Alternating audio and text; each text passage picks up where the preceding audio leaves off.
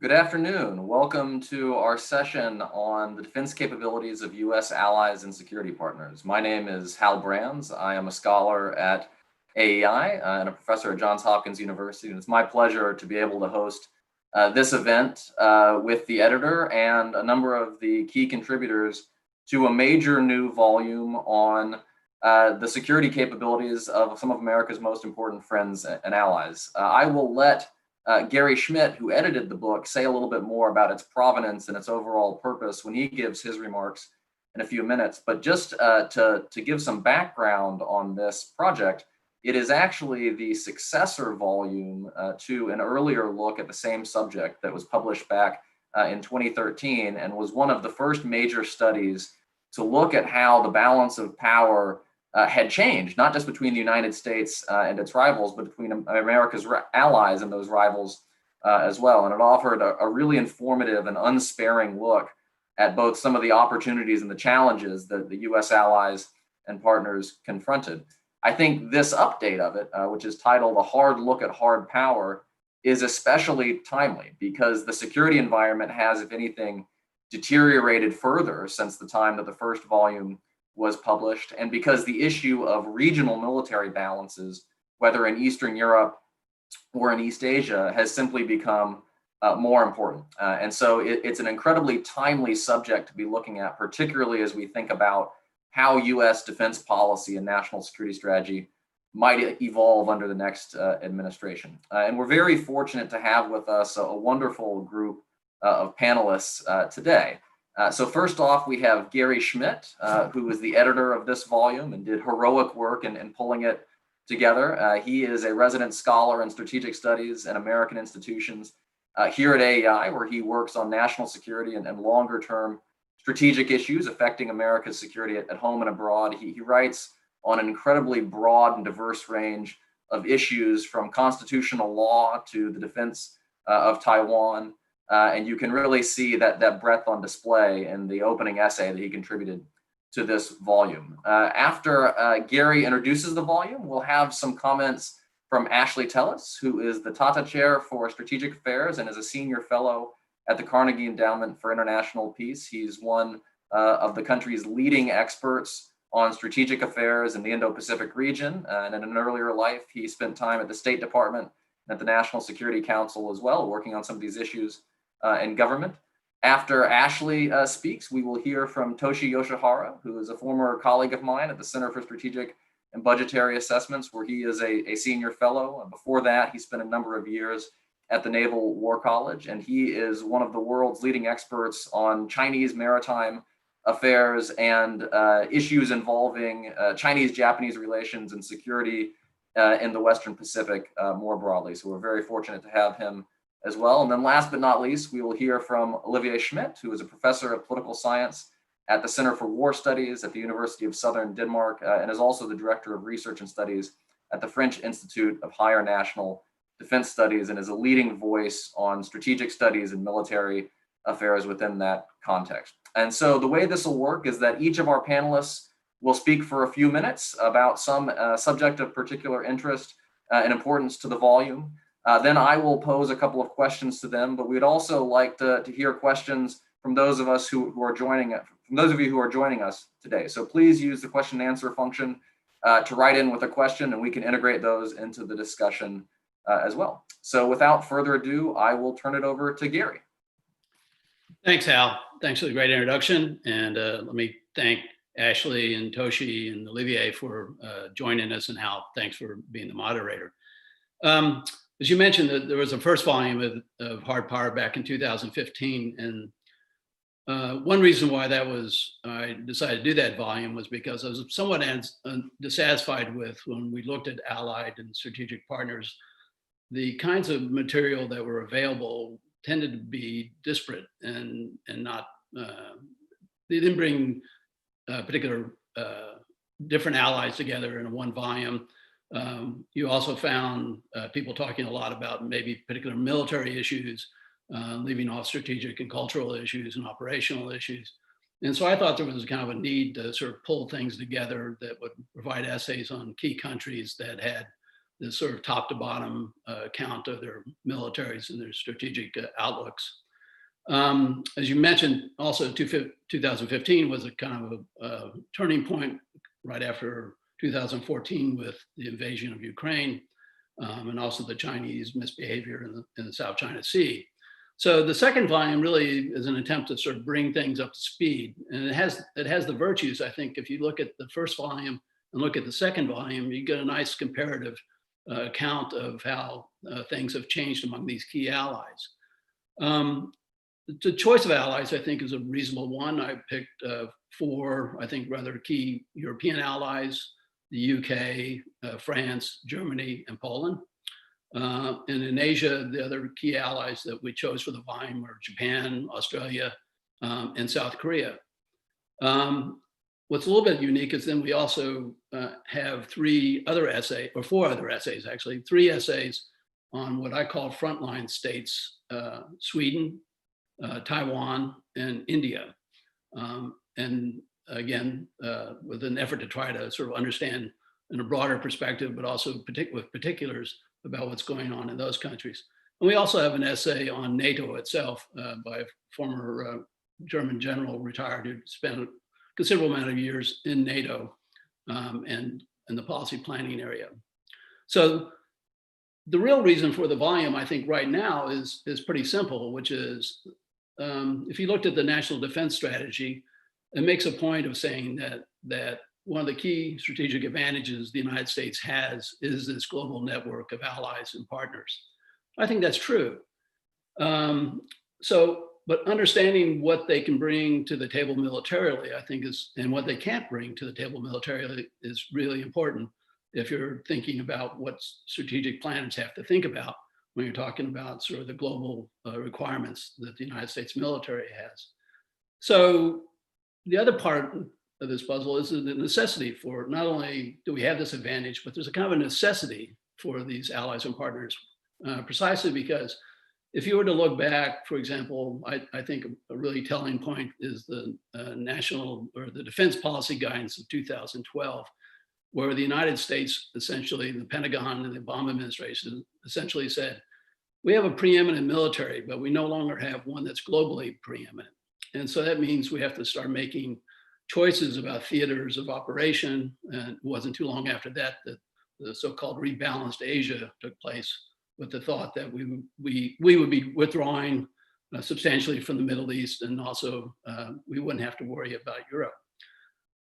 If you were to look at the budget and you were to look at the size of the US forces, it's not substantially different from that 2012 force that the Pentagon and the Obama administration were looking at.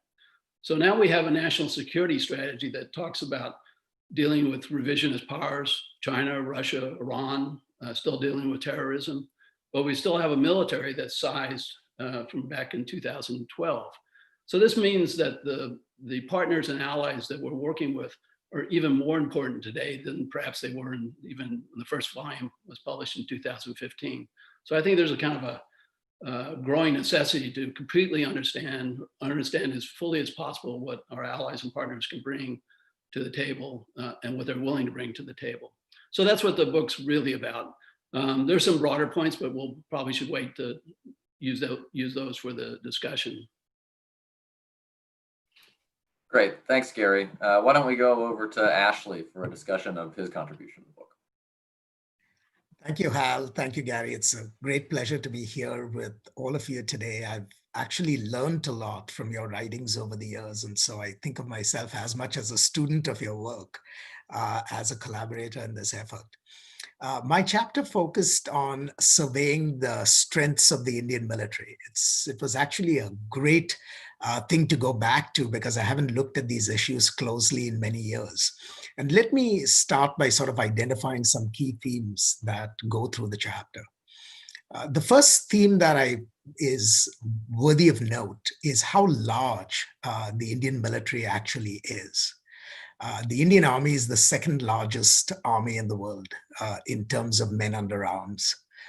The Indian Air Force is the fourth largest in the world in terms of number of combat aircraft. And the Indian Navy is the seventh largest in terms of the number of vessels that fly the Indian flag. So you're really talking of a very large military establishment. India represents a huge repository of hard power. It also happens to be a battle-tested military because unlike many other militaries, the Indian armed services have seen combat virtually in some fashion or the other for the last 70 years. They fought wars with both their two adversaries, Pakistan in the west, China in the north. In fact, there's an ongoing conflict with China along the Himalayan borders as we speak. They've been involved in virtually non-stop counterinsurgency operations for now some 70 years, and so on and so forth. So you're talking of a large military that is also battle-tested. But the question that I had at the back of my mind as I was writing the chapter was, can this military operate comfortably and effectively outside of its own native environs? And I was struck by the line that Lord Salisbury had in the glory days of the Raj, where he described India as an English barrack in the Oriental seas, from which we can draw any number of troops without paying for them. And it showed, because the Indian military was a genuinely expeditionary force during the Raj. It fought the Raj's battles in diverse parts of the world, both in the First and the Second World War. And to keep that as a backdrop and look at the Indian military today, you realize what an arc it has traversed. Because today the Indian military, for most part, is not an expeditionary force. It's focused very much on the defense of its own frontiers. And the challenges that it meets on those frontiers are not insignificant. Pakistan may be a smaller adversary compared to India, but it has professional forces of its own that have given a good account of themselves in most of the wars except 1971. The Chinese military is actually growing in strength, transforming as we speak, and increasingly able to operate in a part of China that it never did historically, which is the Tibetan plateau. And so India as a military, no matter how formidable it is in absolute terms, faces rivals that keep it preoccupied in ways that prevent it from being able to bring its formidable military power to bear outside the Indian subcontinent. And I don't see that orientation, which is a subcontinental driven orientation, changing very dramatically, at least in the years ahead. And I would flag two issues there that are worthy of note. First, although India has been growing in economic terms quite impressively since 1991, the government of India actually made very conscious efforts to keep military expenditures under control. And so even though the Indian defense budget is rising in absolute terms, as a proportion of GDP, that budget has actually been falling steadily since the beginning of this century. In other words, even though India professes a desire to play a great role on the global stage, it has simply not funded the creation of a military force capable of supporting that ambition. And because India's development challenges are still substantial, more than half the Indian population is still under the World Bank's poverty line, it seems to me that India will find it hard to increase defense budgets to the point where it can actually build a military force capable of expeditionary operations. And that leaves the United States with important challenges, because if we get Indian military support for contingencies, that support will probably be best seen only in the Indian Ocean region, rather than beyond the Indian Ocean region. And that's something that I think our planners need to keep in mind, that India's effective reach and its effectiveness in terms of where it can deploy its forces, that effectiveness is seen much closer to home rather than much further afield. So that point about India being short-legged in terms of its capabilities is worth remembering.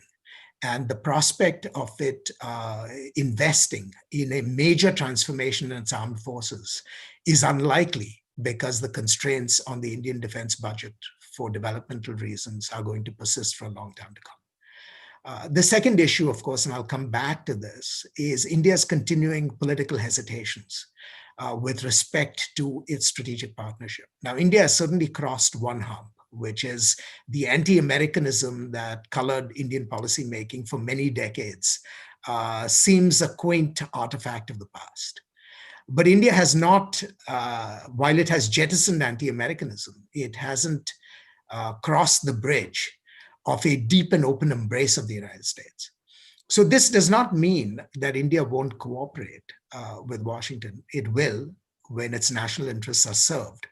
But it will take a lot of persuasion, and it will take a lot of hand-wringing before India comes to that point where it is willing to work with the US openly in pursuit of certain joint objectives.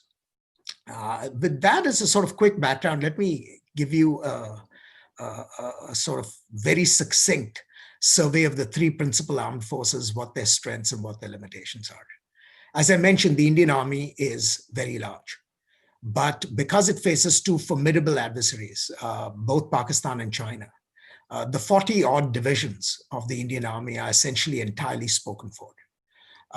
Many of these divisions are heavy divisions, which means that they cannot be moved very easily outside their normal sectors of operation. And because the Indian political class demands that India not lose a single inch of territory in case of a conflict, the Indian Army essentially ends up fighting on a linear battlefield, packing the front with massive forces in order to prevent losses of territory. Because India, being a post-colonial state, looks at territory in very important ways for its own self-definition. So if India is to move its army in support of US operations elsewhere, something fundamental would have to change in the geopolitical space. That is, the Indian environment would have to become much more pacific before that army can operate outside. And I remember during the Bush years, when we were working hard with India to get India to release a division for operations in Iraq, part of the conversations that we were having with India at that time was that the US had to make the political efforts at controlling Pakistani and Chinese adventurism in order to enable India to release forces for that duty in Iraq that we were negotiating. The Indian Air Force, again, very impressive in terms of numbers of aircraft, in terms of sophistication. Most of its fighters are essentially fourth generation fighters today, but these are primarily tactical platforms. They are designed essentially for operations in the airspaces of its immediate adversaries. The Indian Air Force is nowhere near being an expeditionary air force. And while it has increasing reach, because it has a long-range air refueling aircraft, it has strategic transports, it increasingly utilizes space. All these capabilities are designed to maintain a tactical air force in prosecuting India's wars with Pakistan and China. Another way of saying that while India can do some things at a distance, the things it can do at a distance are essentially things that require a permissive military operational environment. The Indian ability to project force against resistance is very modest, including with air power. Finally, you come to the Indian Navy, which is the smallest of the three Indian armed services. And paradoxically, it's the Navy that is actually most equipped to cooperate with the United States at distances from the Indian subcontinent. It's a very professional Navy. It's a Navy that we've worked with very closely now for close to 25 years. And it's a Navy that both by temperament and by capabilities could actually provide a wonderful complement to the US Navy, particularly in the Indian Ocean region. And as the years go forward, I think we will increasingly come to rely on the Indian Navy and its professionalism to take the load of some of our backs, given our Indo-Pacific strategy, because the challenges from China and the Pacific are going to be so immense that the Indian Ocean will, for all practical purposes, be an economy of force theater. And so to be able to rely on the Indian Navy to do both constabulary duties as well as some high-end military operations in concert with the United States actually offers us the best opportunities with respect to collaboration in the near term where India is concerned. So all things said and done, it's good to have India as an asset. It's good to have a large country which has challenges vis-a-vis our common adversaries, particularly China.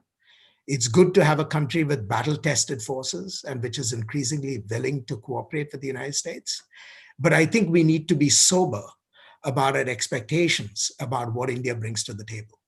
Because with the exception of naval forces, my judgment is that the Indian military will find it hard to operate against resistance at great distance from their shores. But given that we can't always create the world as we would like it to be, this still provides us, in my view, enough space to build a deeper relationship with India and to sort of help integrate India into managing the wider Indo-Pacific, where the challenges are only going to get more brutal, not less. So thank you. Great, thank you, Ashley. Why don't we go over to Toshi Yoshihara? Thank you, Hal, for the kind introduction.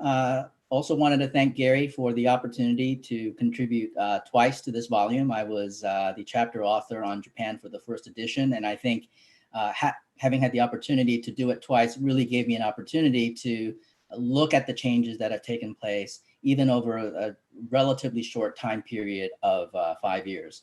So let me get right to the chapter. I start with the fact that Japan faces a very stressful security environment. It not only faces challenges from North Korea, given its nuclear modernization and its missile threat, it increasingly faces an increasingly active Russia in the Far East, including the militarization of what the Japanese call the Northern Territories or the Kuril Islands. But I argue in the chapter that the key driver is China.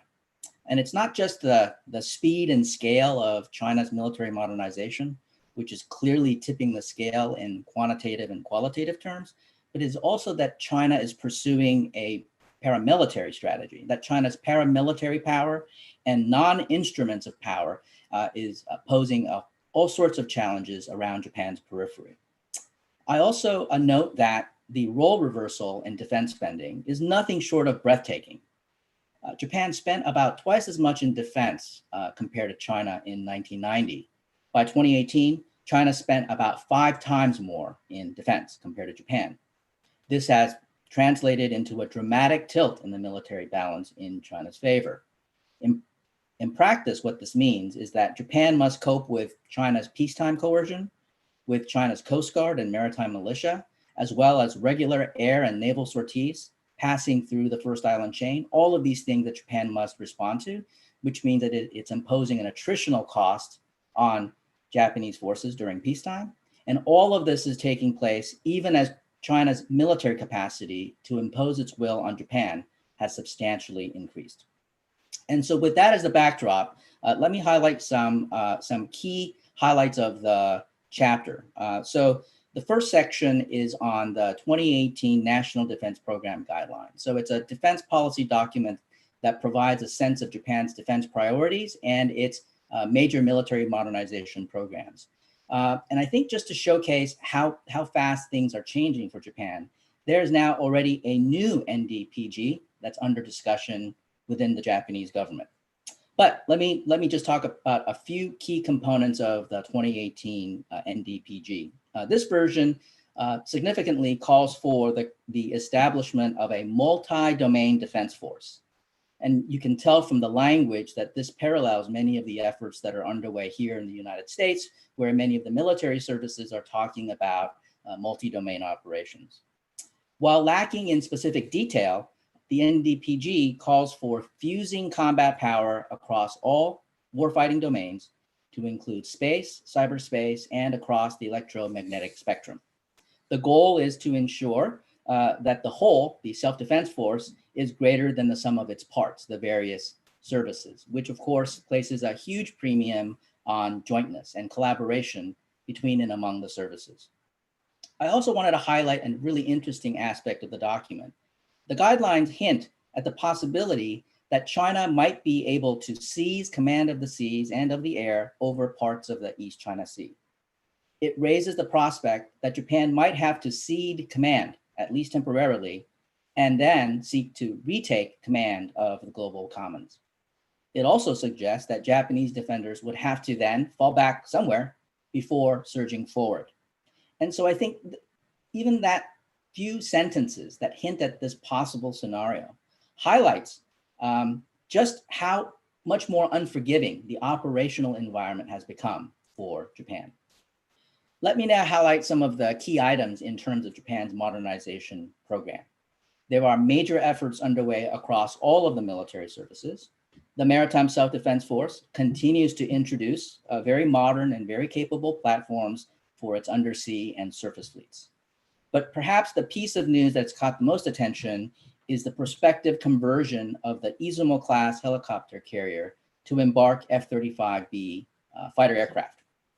And part of the rationale is to have basically a mobile landing strip to supplement the Pacific-facing air bases on the main Japanese islands. To me, I think a lot of questions remain about the development and the actual operational utility of fixed-wing naval aviation going forward. The Ground Self-Defense Force itself is actually engaged in major downsizing of its tanks and artillery for static defenses against large-scale homeland invasion. And as it's downscaling those more heavy equipment, it is reorienting itself toward more mobile defenses, particularly mobile defenses of the Southwest Islands or the Ryukyu Islands. It has in recent years established a Marine brigade. It has also opened up new bases and garrisons on the Ryukyu Islands. It is also interested in developing hypervelocity gliding projectiles for what they call island-to-island defense, something that I'm happy to discuss during the Q&A. The Air Self-Defense Force is also engaged in a major recapitalization of its air fleet. It is now planning to purchase F-35As, and it will also, as I mentioned, introduce F-35Bs for carrier operations. It is also planning to build and develop a new generation fighter to replace its aging F-2 fighter. And it is also interested in acquiring a range of over-the-horizon, long-range precision strike munitions to give the air service greater reach and greater lethality. But I think given all of these movements, I still have some lingering questions that I asked in the first edition that I continue to ask in the second edition. These questions have not gone away, and I think Japan will be faced with these sort of structural problems in the years to come. The first, as we all know, Japan suffers from some serious fiscal constraints since the post-bubble era. Although Japan has engaged in steady increases in the defense budget in absolute terms, it raises some questions as to whether it's enough to close the resourcing gap, particularly vis-a-vis China. The second is Japan's demographic constraint. This is, again, a very well-known problem, which is that Japan is not only graying, but its fertility rate is also declining. And that has meant in practice a persistent inability of the self-defense force to fill existing billets, which raises questions as to whether Japan can sustain a buildup or an expansion, even if it were able to choose to do so. There's also another issue that has plagued the self-defense force, and that's the question of jointness. Because of course, if Japan were to pursue seriously multi-domain operations, it will require unprecedented inter-service collaboration. And as a practical matter, it remains to be seen how the air and maritime service will cooperate in order to fulfill these future carrier operations. Japan also is interested in long-range precision strikes, and this raises some really interesting operational questions that I think need to be further developed. With this greater range, does this suggest that the SDF has the luxury of falling back, essentially falling back to use the Pacific Ocean as strategic depth? Or can the services begin to think about extending defenses forward into the global commons and perhaps even beyond? So I think overall, while there's a lot of promise of Japan developing new operational concepts for these capabilities, I think there still is an urgent need for the operational design to align with Japan's theory of victory in a high-end conflict with China. So as I've said, a lot has happened over the 10 years. A lot has happened over the past 5 years. And I expect more change to come in the future. Thank you. Thank you, Toshi. And Olivier, over to you. Thank you so much. And I'll also extend my thanks to Gary for editing the volume and for inviting me tonight. As you can hear from my accent, I'm speaking from Paris, and it's great to be here, even though it's online. First, I would like to begin by saying that I speak in my personal capacity only, and nothing I say represents the view of the French government. So to talk about French defense policy, first, I will go through a few core principles in French defense that are still valid. The first one is that historically France wants to be self-reliant in order to defend its sovereignty. And in terms of defense policies, it has a strong impact in terms of maintaining an autonomous nuclear deterrent. It's a really important factor in French defense policy, maintaining their nuclear deterrent. The second aspect is the ability to act on its own if needed, which means that the French armed forces should be able to conduct military interventions if asked so by the president. So this notion of being self-reliant when, excuse my French, shit hit the fan is really important for the French defense people. The second notion is that the French armed forces and governments have wanted to maintain full spectrum capabilities. So even though the French armed forces have grown smaller over time, the goal is really to maintain full spectrum capabilities for military reasons, but also for industrial reasons. There is a strong industrial defense base in France that needs to be maintained. Therefore, there is this ambition to maintain full spectrum capabilities. The third aspect, and it's a long-term goal of French defense policy, is step by step to establish what we would call a strategic Europe. Basically, for historical reasons, France is not certain about the US security guarantee. French policymakers appreciate it, but they do not take it for granted. And there is also this notion that sometimes European interests might not be the same as US interests. So, and I emphasize that sometimes this is misconstrued in the US as being, trying to push the US out of NATO, trying to dismantle NATO or something like that.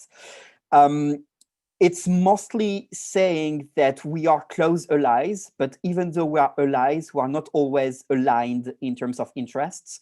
And sometimes there are core interests that need to be defended by Europeans because the US might just not be interested. So this is a third long-term goal for French defense policy. This being said, I'm going to move on to the assessment of the strategic environment that is now being shared between the French defense apparatus. So basically, France had a defense review in 2017, which kind of laid out the main threats and long-term trends in the international system. It's not mind-blowing in the sense that there is nothing substantially original, because I think the assessment is widely shared among allies, but it's still worth repeating. The first one is that there is an observation of a diffusion of military capabilities across states and state adversaries, but also non-state adversaries. Basically, they are becoming more and more powerful, and French forces observe that, especially in the Sahel. The second source of worry is the unraveling of arms control agreements in Europe, conventional arms control agreements in Europe, but also nuclear arms control agreements. There's also a worry about the use of chemical weapons on the battlefield, as well observed in Syria. The third aspect, of course, is the emergence of new domains, meaning space and cyber, which have become weaponized. And there is a gradual worry about space-based assets able to target French forces, at least restraining the autonomous capability of the French forces. And the last aspect is that, at least right now, the threat assessment for French policymakers is that jihadism and violent Islamist radicalism is the main threat to French interests at the moment. It is clearly established as jihadism being the main security threat. So third point, how does France reorganize its armed forces in order to cope with those challenges?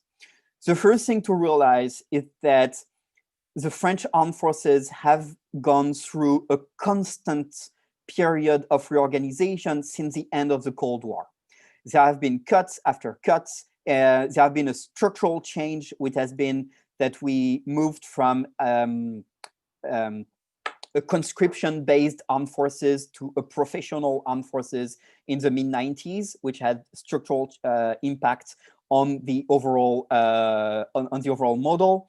And basically, it's only since the past 2-3 years that the French policymakers and military officers are stabilizing the military model.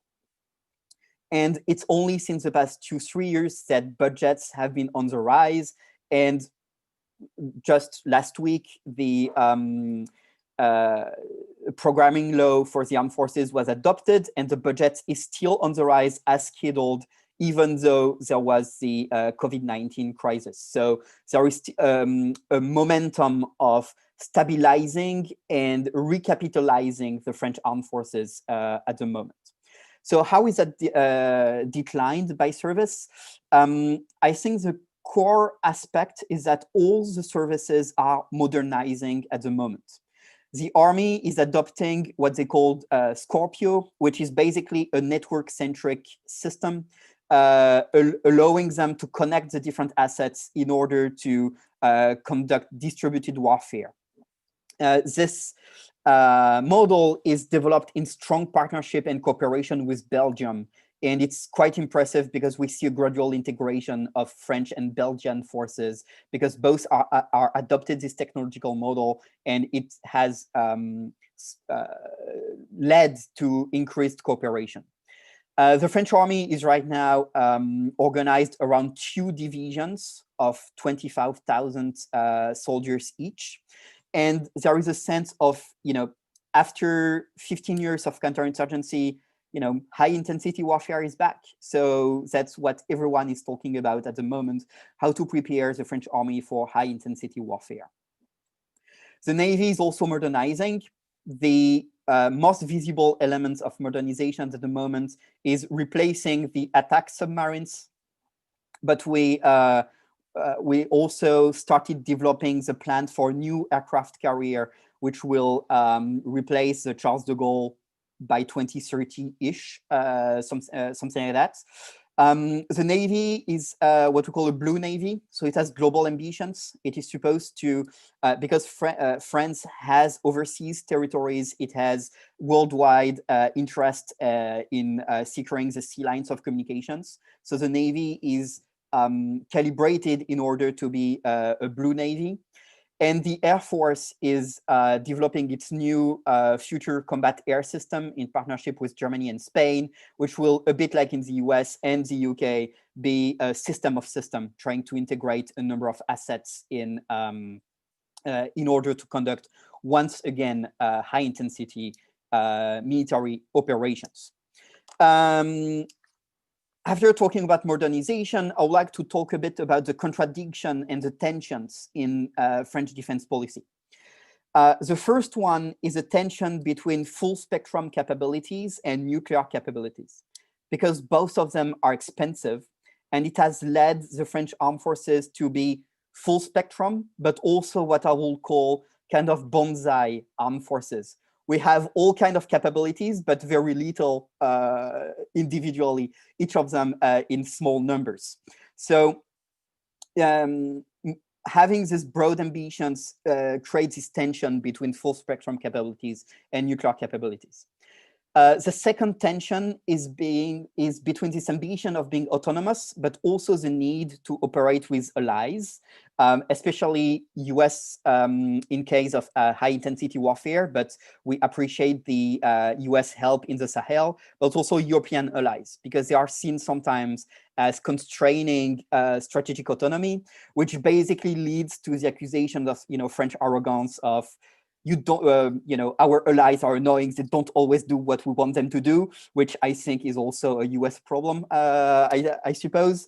But there is this tension between the ambition of being autonomous and the need to work with allies. There is a third tension in terms of strategic outlook, because as I mentioned, for France, the main threat right now is terrorism and jihadism, which is quite different from a lot of our core allies, including the US, which has moved on from terrorism as being the main threat.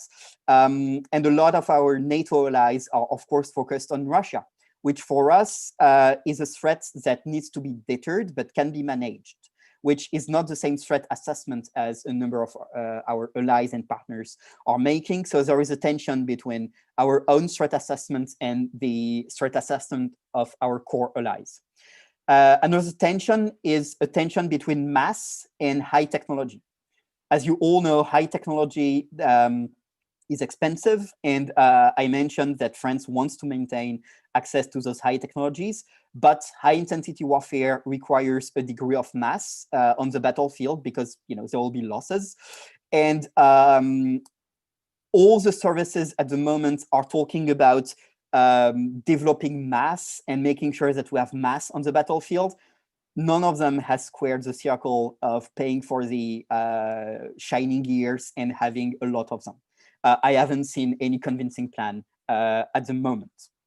So in order to conclude and maybe to launch the discussion a bit, in terms of ambitions, the French armed forces are definitely preparing for high intensity warfare, but they see themselves, if this happens, they see that as happening as part of a broader coalition. Basically, we are going to fight high intensity warfare with our core allies, which are basically NATO members. There is a capability to deploy at least one brigade for self-sustained operations. So quick and hopefully effective operations like the one we conducted in 2013 in Mali. But the problem is that in the long run, there is no capability to sustain those operations in the long run. Therefore, the need to have allies and partners to help in sustaining the effort. At the moment, the French armed forces are probably the most capable in Europe in terms of range and in terms of combat experience. It is quite important for French policymakers. I mean, there is no debate among the French political class in terms of the fact that a strong military is an important asset when it comes to foreign policy. So there is support over time for maintaining an ambitious the defense policy. And I think, as I mentioned, right now the French armed forces are modernizing and recapitalizing, and hopefully the trend will be sustained in order to further develop the French capabilities. Great, thank you, Olivier. So we've already racked up quite a number of questions, and so I'm going to try to kludge a few of them together so we can get through as many as possible in the time we have.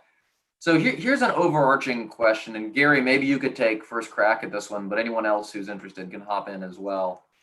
What is the overall trend line, would you say, in terms of thinking about the capabilities of American allies relative to the challenges they face? And so I think one of the things that the first volume pointed out was that the capabilities of American rivals and the rivals of American allies had been increasing, whereas the capabilities of most American allies had been decreasing significantly since the end of the Cold War. So has that trend been reversed over the past 5 years? Does the trend continue, or is that the wrong way to think about the issue?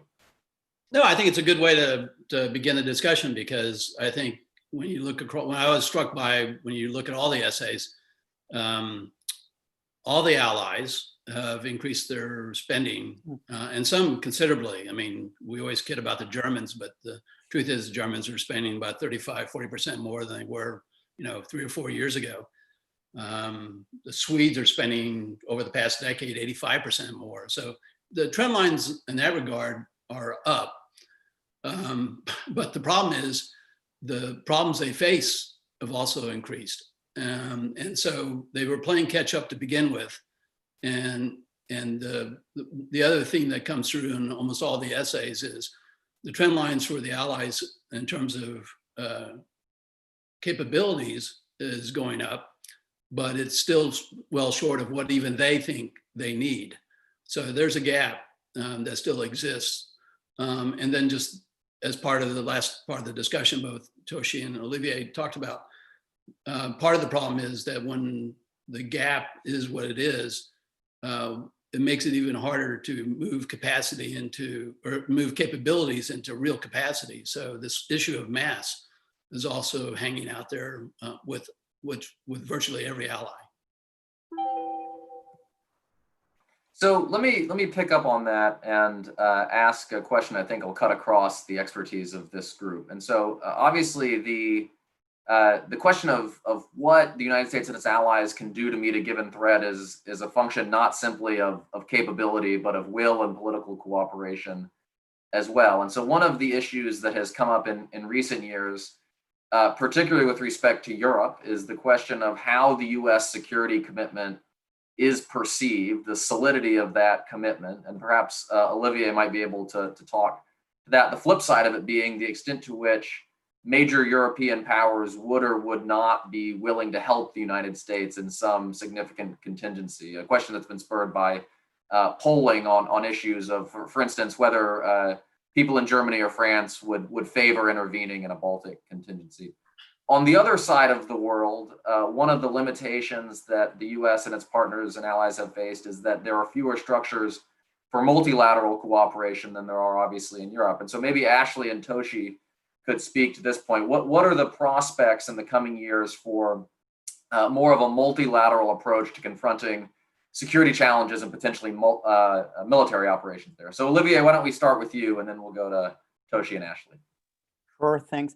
About the credibility of the commitment, I think, and it's, I mean, not very original as an analysis, but there were two readings of the Trump presidency, right? That first, A, it was a bug and it will reverse back to normal when eventually he will leave office.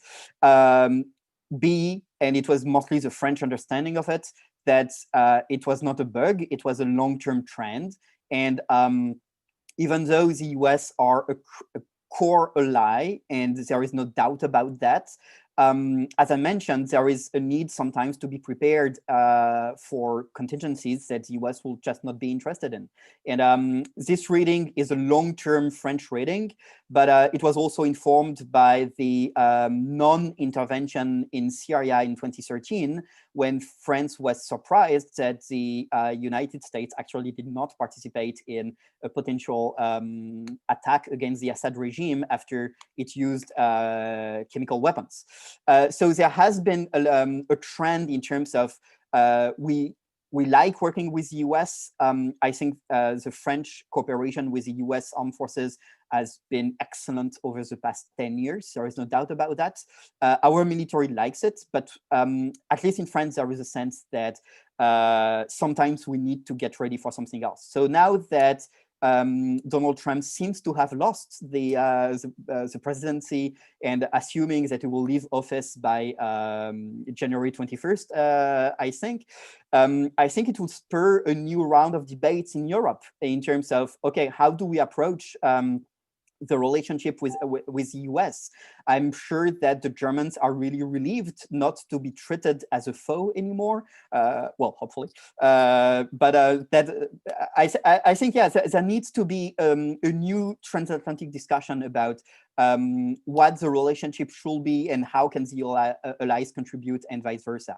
And in terms of willingness to contribute to a major US contingency, I mean, I'm not sure that during the Cold War, if you had polled the German or French population, they would have been willing to support a war against the Soviet Union. But I have no doubt that it will have happened in case of an invasion. And I'm sure the same, it will be the same today. I have no doubt in the leadership of current European leaders to participate in a NATO intervention to defend a NATO country at the moment. I don't see a risk there. Okay, thanks. Why don't we go to Toshi and then Ashley? Sure. Thanks, Hal. So I wrote a recent report on the Sino-Japanese naval balance as a way to kind of link up the first question and this question.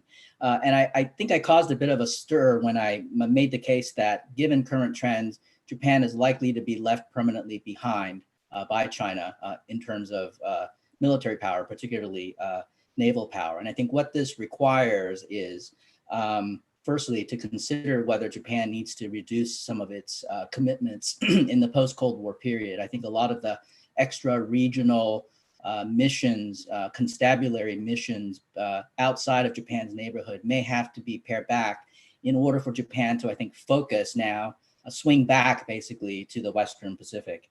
I think what this also will require is that it really, given the fact that resources are not likely to grow substantially, is to rethink the mix of resources, the mix of capabilities that Japan will need to acquire to have a credible deterrence. And so what that means perhaps is, perhaps sacrificing some of Japan's treasured general purpose forces and focus more on single mission, contingency specific capabilities, for example, the defense of the Ryukyu Islands. Now, again, that's a trade-off.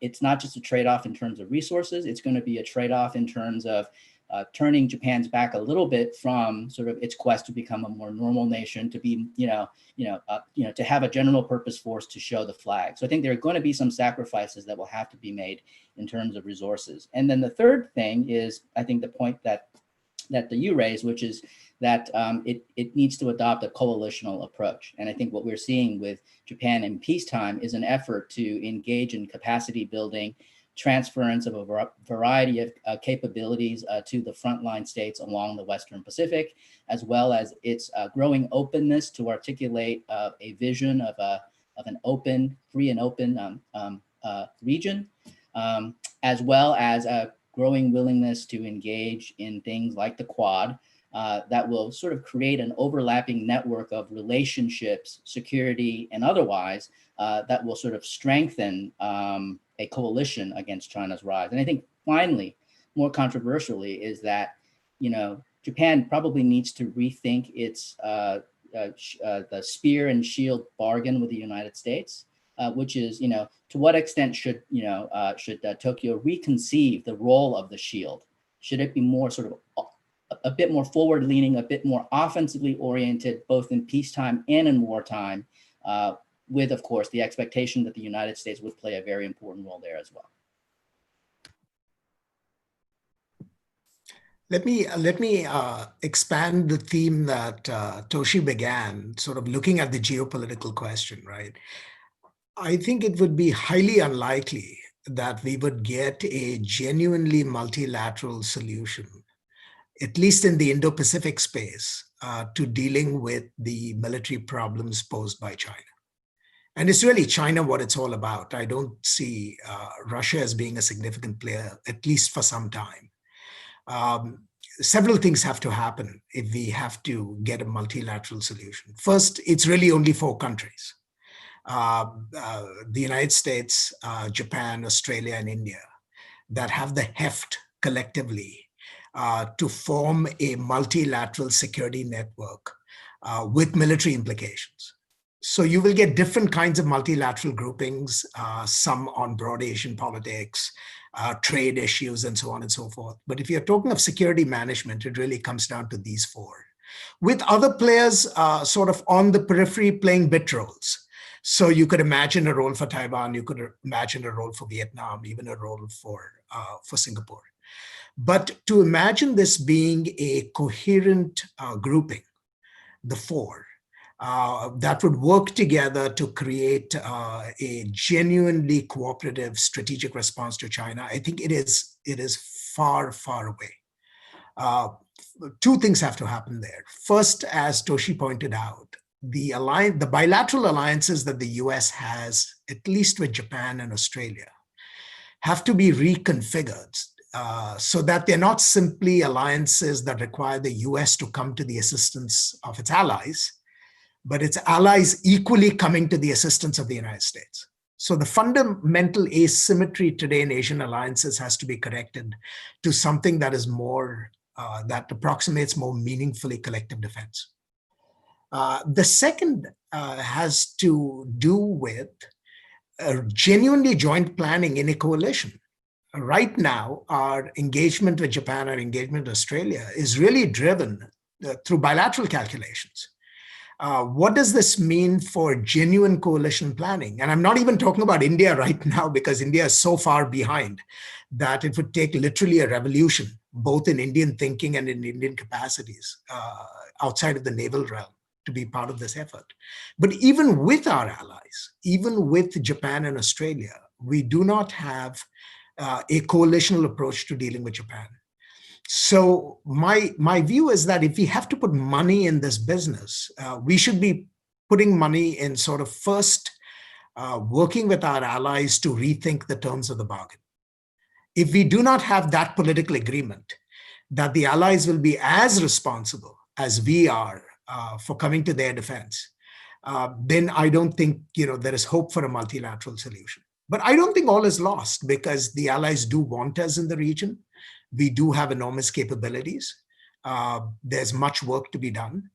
But for the moment, I would still bet on our alliances rather than the broader network of partnerships.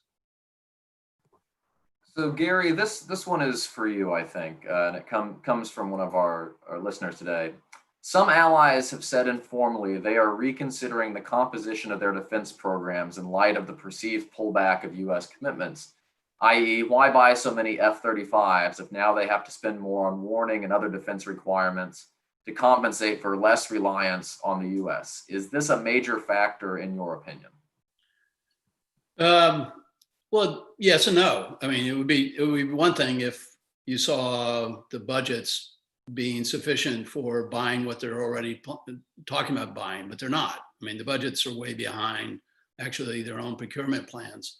The thing I think sort of one way to get to this, I think, underlying issue is, if it's true, as I said at the beginning, really the US force structure is really basically what it was a decade ago, less than 8 years ago, then, and at the same time, you're talking about having the United States spend considerably more time and effort and force structure in the Asia Pacific region because of China. One of the issues that comes striking in the essays is that essentially means that more has to fall on European NATO allies when it comes to dealing with Russia. But as Olivier was suggesting, France has its own strategic perspective that has other priorities. Not that Russia isn't a priority, but terrorism is a greater priority. And if you look at what the UK thinks about, they're still talking about themselves being a global power. And so they're just spread. I mean, they have a lot of capabilities, but they also have very thin capacity. So they actually can't do everything that they would want to do. There's a real specific example I was thinking about the other day. So they've bought and they have quite capable ASW capacity now, and it'll be getting better. Once the new aircraft carrier or carriers are out and about, that ASW capacity is going to be going with the carriers. It will not be in the North Atlantic. So they have this capability. They just don't have the mass to be able to do everything they would like to be able to do. So I'm quite concerned that, in fact, even if the new administration will have a new emphasis on transatlantic relations, underlying that is going to be a request that the Europeans actually pony up even more to deal with the Russian problem as we begin to try to deal with a China problem with the limited resources we have. So the dilemma in transatlantic relations, I think, there'll be a certain amount of quiet talk, but the underlying problem is going to be a quite serious one. So we're just about at time, but I want to sneak in one last quick one. So this one I think is directed to Ashley, and it is from someone who wants to know how the Biden administration policy toward India will differ from the Trump administration policy. I think there will be broad continuity without the histrionics. when the Indians dealt with the Biden administration, there was always a certain, there was an uncertainty about what to expect. I think a Biden administration would be much more predictable. But let's not forget, India did very well under Trump, where security relations were concerned, because the Trump administration did support India in the Indo-Pacific space and vis-a-vis its principal competitors, Pakistan and China, far more vociferously than any administration before it had done. I think that in many ways is a testament to the convergence of the interests between the two countries, and I expect that that will continue. To me, the bigger fears are not about the Biden administration or the course it takes. To me, the bigger fears are India's slowing economic growth, which will make it unable to maintain the military forces that it wants, which will deny it the opportunities to buy the kind of American equipment that is necessary for interoperability, and will bring all other issues like trade and so on, to the foreground. So there is much work that has to be done in New Delhi. I suspect they should be consoled that there will be far greater continuity in Washington. Great, thank you. I'm afraid we're going to have to leave it there for reasons of time, but I just want to end by thanking all of our panelists, Gary, Toshi, Olivier, and Ashley, for sharing their time and insights with us today. And I want to thank those of you who were able to tune in for this. I'll just close by recommending that everybody buy the book, which is easier in this case because it's actually available for free. And so you can get it, if you go to the AEI website, you can find a link there, or you can go directly to the Army War College Press website where you can find it. And the title of the book is A Hard Look at Hard Power, Assessing the Defense Capabilities of Key U.S. Allies and Security Partners. And I can't recommend it highly enough. So thanks to everybody for joining us today, and I look forward to seeing you on another occasion. Thank you. Thank you, everybody.